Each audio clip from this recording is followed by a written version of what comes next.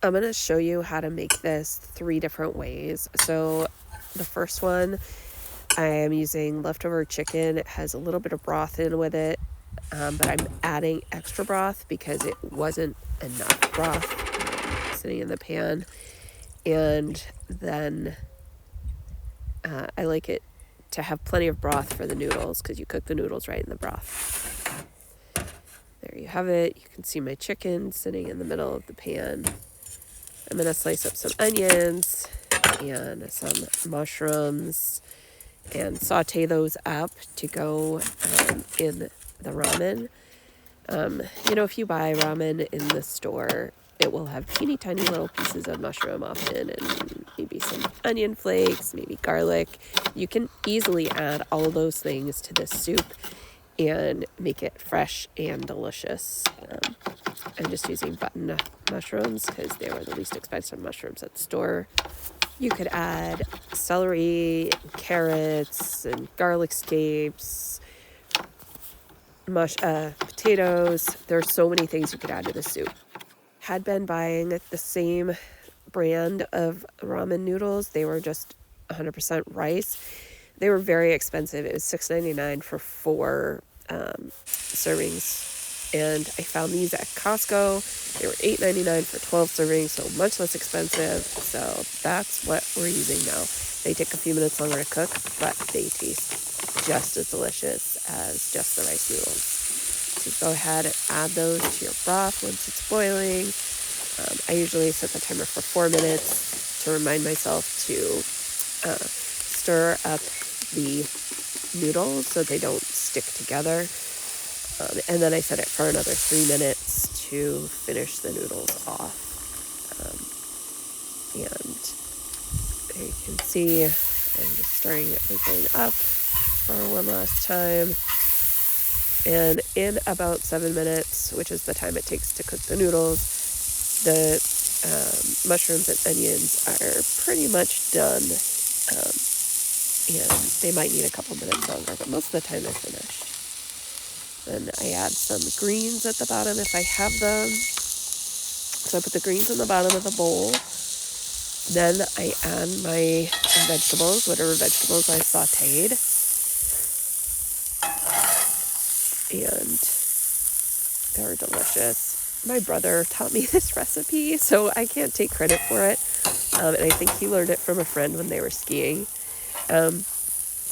So then you go ahead and you take the noodles and put them on top of your veggies, like so.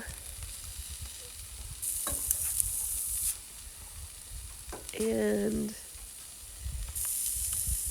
go ahead and take out your meat, if it hasn't come out already, and then pour it on top.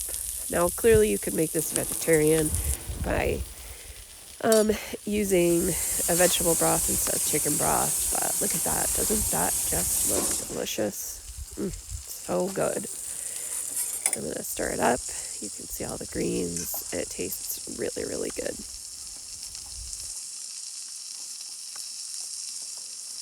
You can make as many variations of this as you want.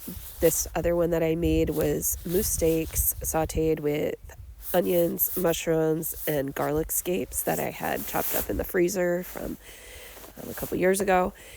And it was so good. So good. So for that one, I just heated up plain broth, cooked my noodles, put the meat in the bowl, put the noodles on top, and poured the broth over.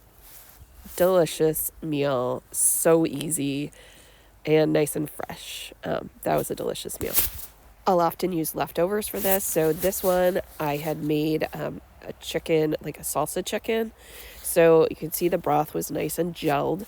I went ahead and took the broth and chicken out, put it in the bowl, and heated that up, and then added my noodles to it.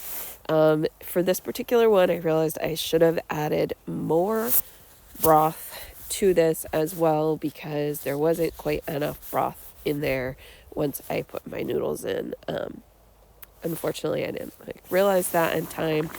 So when I got to the end, I didn't have that much broth left in the bowl, which is too bad because I love the broth and it's so good for you. My brother makes this one when he goes skiing. So what he'll do is put all the veggies in and put his hot broth in a thermos. And then he likes to backcountry ski. So he gets to the top of the mountain and like halfway down, they'll stop and they'll put the noodles into their thermos. And then when they get to the bottom, they have a nice hot meal to eat on a cold day. So, and the noodles will be like just right, even though the broth wasn't boiling when you put it in. As long as the broth was super hot when you put it into the thermos, it works fine. So anyway, now you have a nice meal to take when you're backcountry hiking or something, and also an excellent breakfast, lunch, or dinner. That's so easy to make and can often be made with leftovers. If you have leftover meat or veg from the previous night, you can just toss that in, heat it up, and then cook your noodles and pour the noodles and the broth over your leftover veggies. So easy, so delicious, tastes really good if you're sick, and I don't know, I just love it. I hope you do too. Thanks for joining us at Untamed Hearth. Please subscribe to come back and hear more recipes, as well as updates on our building project and any adventures we get up to. We hope to see you again soon.